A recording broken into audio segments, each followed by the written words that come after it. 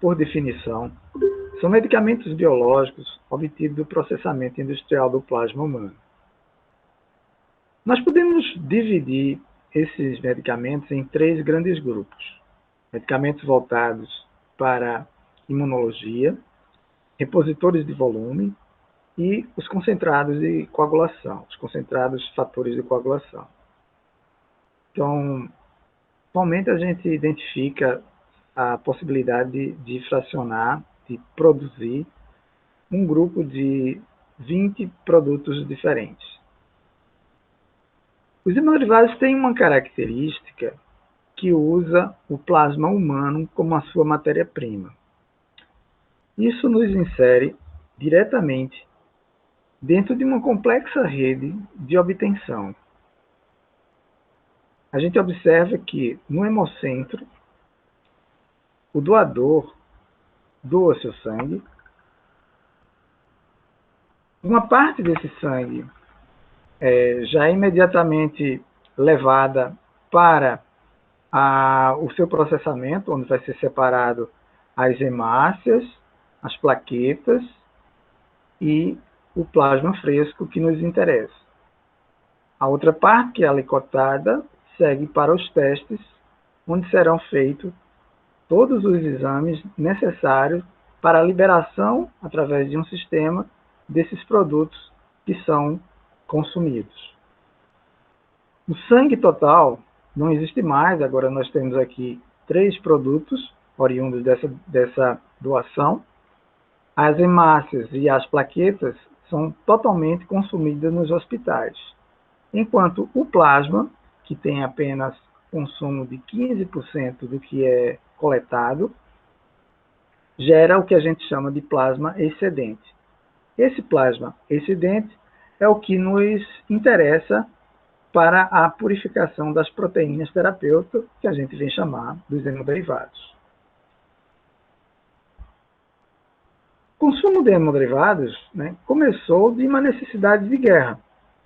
A gente identifica aqui uma estrutura logística muito grande, desenvolvida pelo exército americano durante a Segunda Guerra Mundial, para levar no fronte de batalha o plasma que era coletado e que usava-se para fazer o tratamento de queimaduras, onde se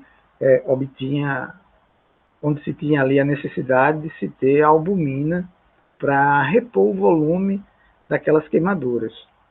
E aqui a gente vê uma imagem do controle de qualidade dessa produção em larga escala de plasma.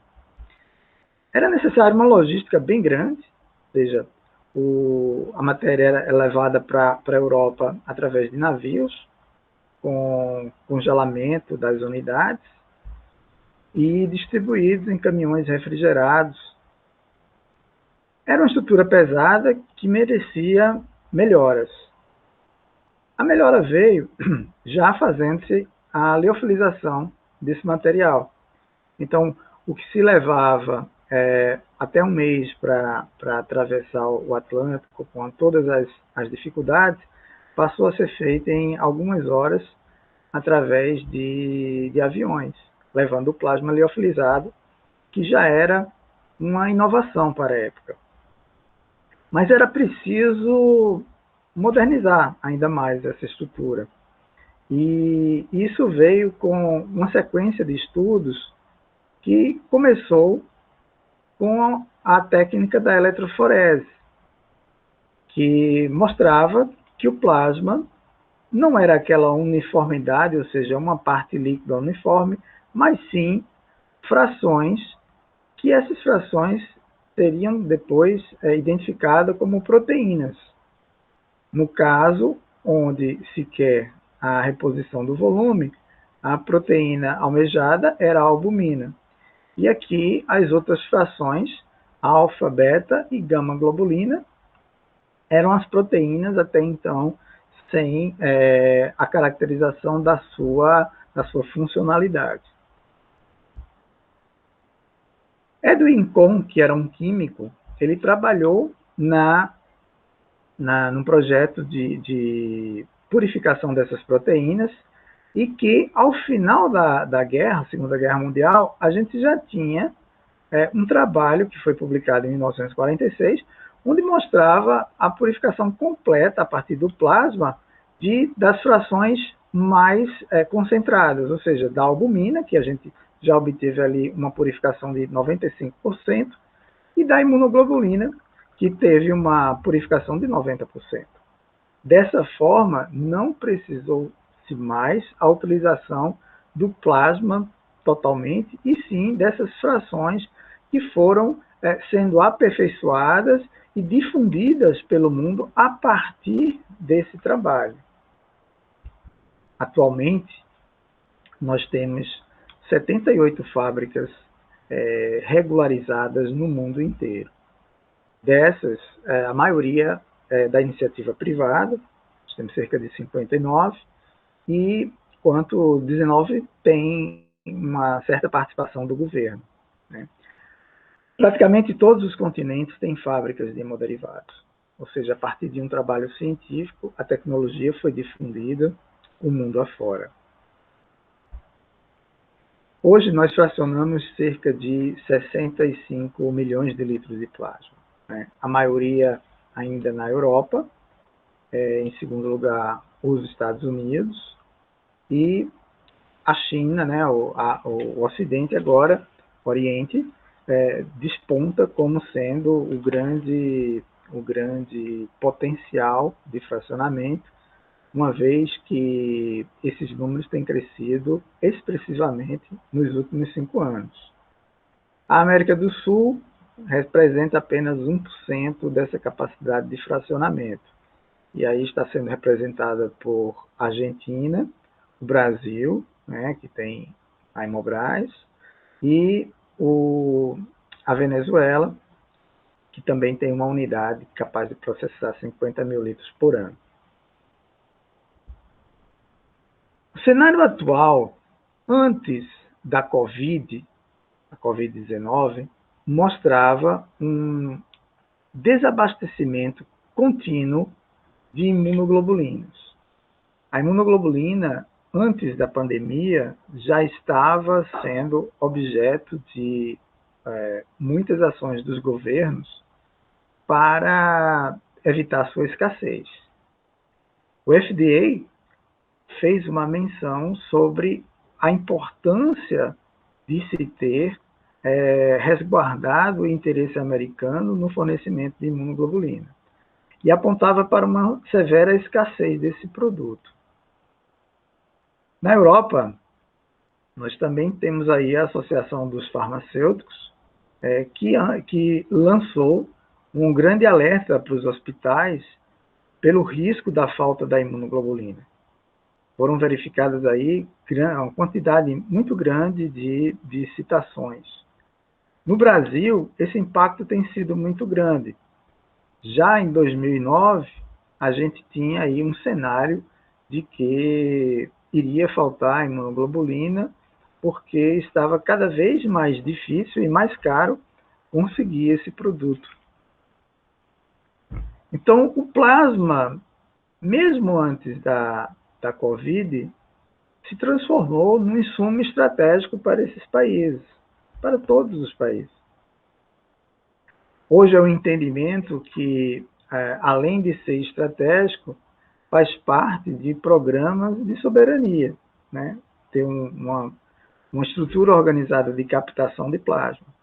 E o plasma hiperimune, para a SARS-CoV-2, que é o tipo de vírus que causa a Covid, passou a ser o grande alvo para as indústrias.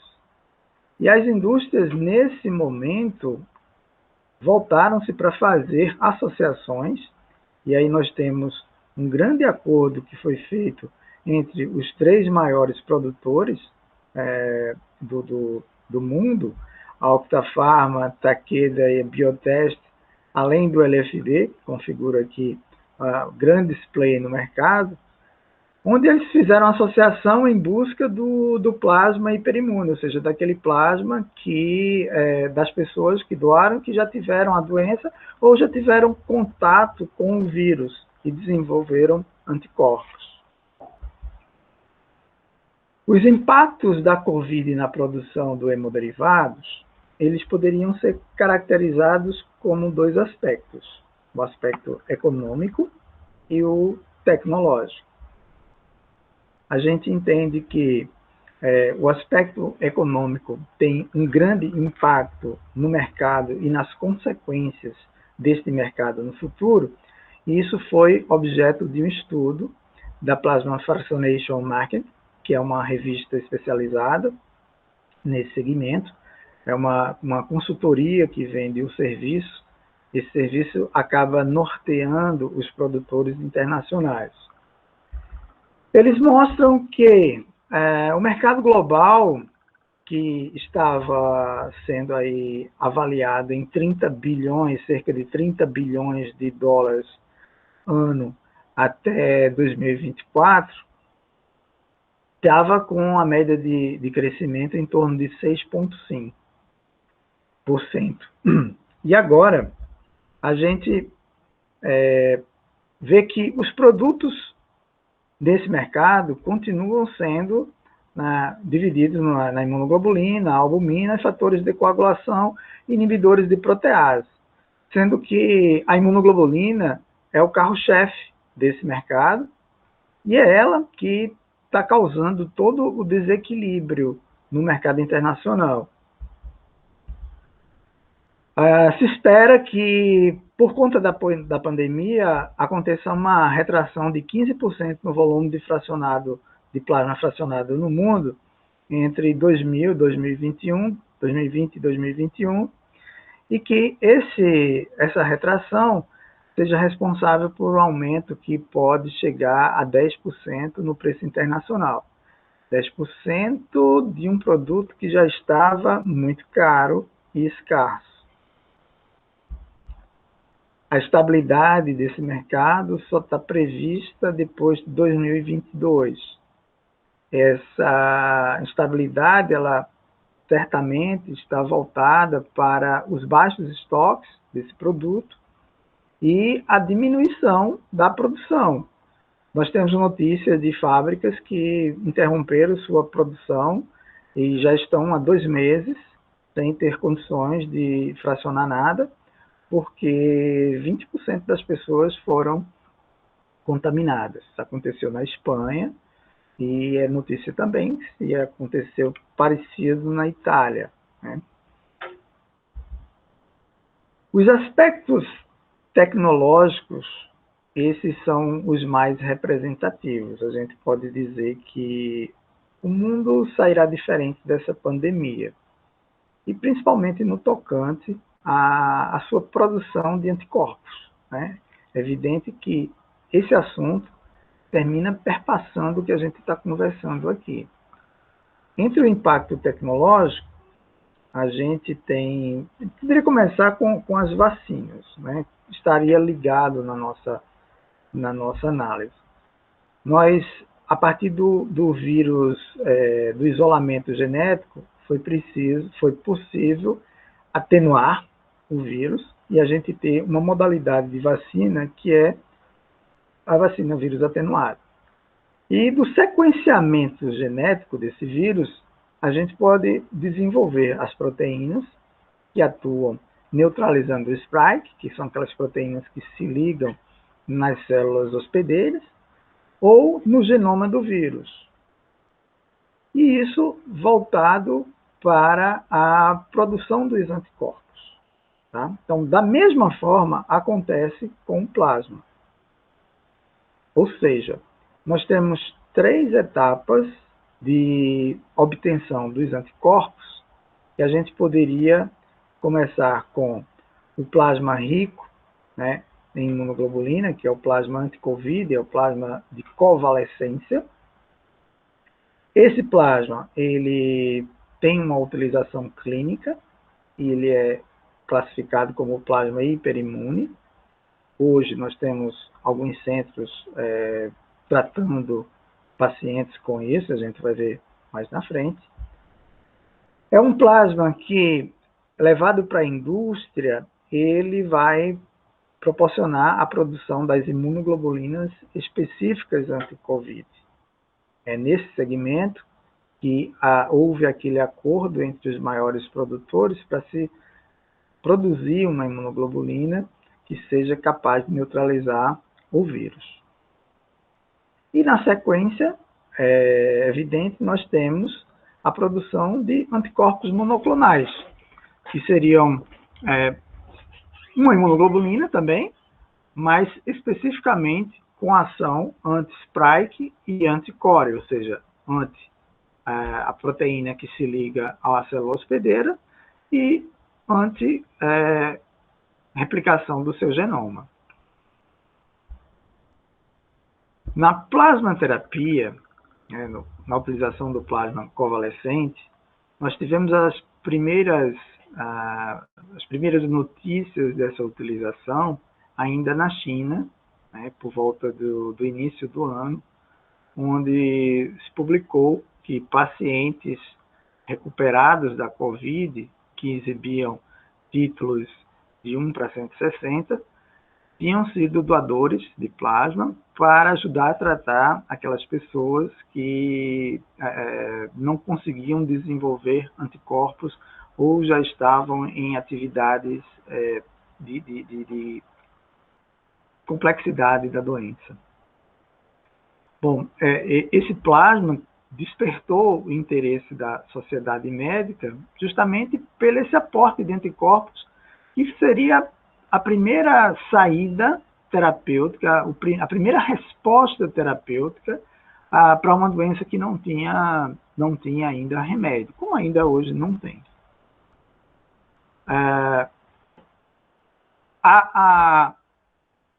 O interesse foi tamanho que a Organização Europeia, a Comunidade Europeia, fez uma normativa para criar critérios de utilização desse plasma. E isso tem demonstrado alguns resultados, porque não se tinha não se tinha o conhecimento ideal da quantidade de anticorpos necessários para que aquela dosagem fosse uma dosagem terapêutica. Aqui no Brasil, a Anvisa começou a tratar o tema a partir de duas notas técnicas. Nota técnica número 20 e a mais recente, nota técnica 21, que determina critérios para se fazer estudos sobre a utilização e a resposta clínica desse plasma. A gente sabe hoje que alguns hemocentros, como Hemorrio, Hemop, Hemocentro do Ceará, de Minas Gerais e Santa Catarina, têm desenvolvido programas de captação e utilização do plasma de pessoas convalescentes. Nós temos alguns feedbacks de que a resposta tem sido muito boa para utilizações em que não ocorre o agravamento dessa doença. Ou seja, se utilizada na fase inicial, seria de grande valia, como está sendo de grande valia, a utilização clínica. Mas na fase onde se desenvolve a forma grave, não houve melhora significativa. Isso talvez pela quantidade de citocinas existentes e a baixa quantidade de anticorpos no plasma, porque ali os anticorpos estão diluídos, estão na forma in natura, ou seja, era uma quantidade que foi desenvolvida para o corpo de uma determinada pessoa, numa determinada situação. Não necessariamente que essa mesma quantidade vai conseguir neutralizar a Covid em um outro paciente. Então, o ideal seria a gente ter isso concentrado e produzido na forma do hemoderivado. Mas é o que se tem em muitas cidades. A imunoglobulina ainda vai demorar um pouco, ela está em desenvolvimento de ensaios clínicos, enquanto aqui esses hemocentros já têm programas de utilização do plasma convalescente.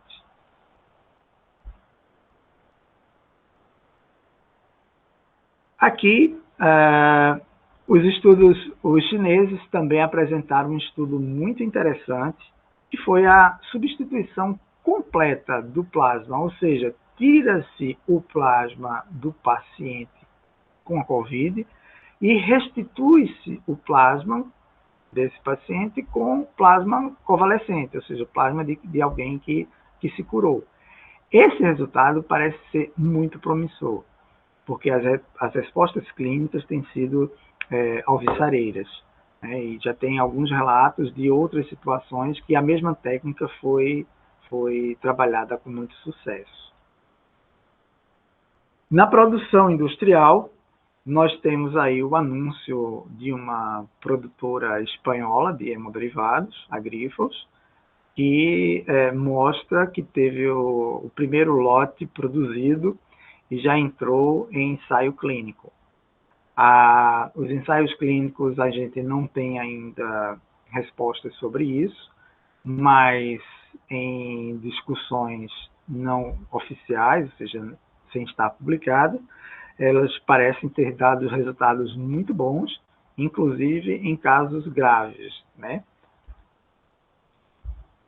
E essa questão da imunoglobulina específica tem trazido uma organização dos centros europeus para cuidar da estrutura de captação e fornecimento do plasma hiperimune para as regiões, aqui no caso na Itália, que começou esse trabalho e tem se espalhado pela Europa.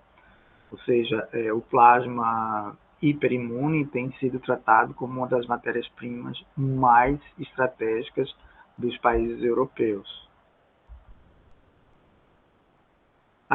Não só o plasma hiperimune, mas a Octapharma fez um estudo clínico utilizando a imunoglobulina polivalente, ou seja, a imunoglobulina que a gente conhece hoje no mercado, e os resultados foram muito bons. Conseguiu-se reverter a condição clínica de casos graves, né? Foi um estudo interessante, porque envolveu 93 pacientes e o sucesso foi expressivo, né? Nas reações inflamatórias da COVID. Mais recentemente, nós temos um trabalho da Behring, um anúncio da Behring, que mostrou que ela já trabalha na produção de um MAB, né, de um anticorpo monoclonal, que teve sucesso na terapia de neutralização, tanto do spike quanto do genoma do vírus, né? Esse deve ser o trabalho do futuro, ou seja, passar da fase do plasma, a imunoglobulina, a gente imagina que ela vai ter muito tempo de mercado, certamente essa doença deve ainda ficar de uma forma pontual, né, passado esse pico maior. Então, essa imunoglobulina específica, ela deve ter uma atuação muito grande ainda para os próximos 3 anos, pelo menos, né? Enquanto a gente tem os anticorpos monoclonais, que esses sim devem ser a terapia junto com a vacina de escolha para a neutralização da COVID. A questão é, como vai se comportar essa doença? E a gente tem aqui um gráfico que lembra como isso se deu com a Zika. A gente teve um pico aqui no ano de 2016 e em 2017 houve uma diminuição para praticamente sumir e ninguém ouvir falar com frequência na Zika, apenas como uma doença que impactou muito os nascidos nesse biênio, né, por conta da microcefalia, mas a gente não sabe se isso vai se reproduzir no caso da COVID. É uma sinalização que é preciso ter, e aí a gente precisa entender como é que vai se dar essa reprodução de anticorpos. a gente sabe hoje que entre os doadores de sangue, o nível de anticorpo, ou seja, a soropositividade, está na casa dos 30%. É normal que em mais alguns meses a gente esteja aí num percentual em torno de 50%, quando a doença começa a desaparecer. Isso porque, dentre os doadores de sangue, existe uma boa representatividade da população em geral. Dentro dos doadores, em torno deles, a gente entende que a população se reproduz da mesma forma, ou seja, se está entre 40% nos doadores, é provável que na população esteja também 40%. E aí, quando a gente atingir a faixa de 50% de soropositividade, essa doença tende a desaparecer. E quando a gente pensa que está arrumando a casa e identificando bem como vai se tornar isso, a gente se depara com a Organização Mundial de Saúde alertando que talvez uma vacina contra a Covid não seja uma realidade, né? Talvez nunca exista. E que isso valoriza ainda mais aqueles anticorpos que a gente vai obter com a própria circulação do vírus, que é a imunidade de rebanho. Então, de uma forma resumida, a gente pode dizer que os impactos da Covid na produção mundial dos hemoderivados seria o ressurgimento da plasmaterapia, que é o que a gente vê hoje com o plasma convalescente, a diminuição da produção mundial de plasma e hemoderivados, uma alta de preço nos hemoderivados, cerca de 10%, muitos produtos em ensaios clínicos, então a gente tem aí pelo menos 8 produtos distintos, 8 imunoglobulinas, concentrados de imunoglobulinas anti-Covid sendo testados, assim como também concentrados de imunoglobulina normal, mais concentrado do que os produtos atualmente hoje no mercado, que também estão em ensaio clínico. E o fortalecimento da biotecnologia, que é o surgimento, né, do MAB, do anticorpo monoclonal, específico contra as proteínas do spike ou do genoma. Esse conjunto de anticorpos, né, cada um uma apresentação diferente, seja o plasma, seja a IgG, seja o anticorpo monoclonal, é o que a gente tem hoje de maior impacto tecnológico. E também uma característica é a velocidade como esses produtos se apresentaram no mercado. Então a gente pode dizer que, por maior que seja, a tempestade vai passar. Obrigado.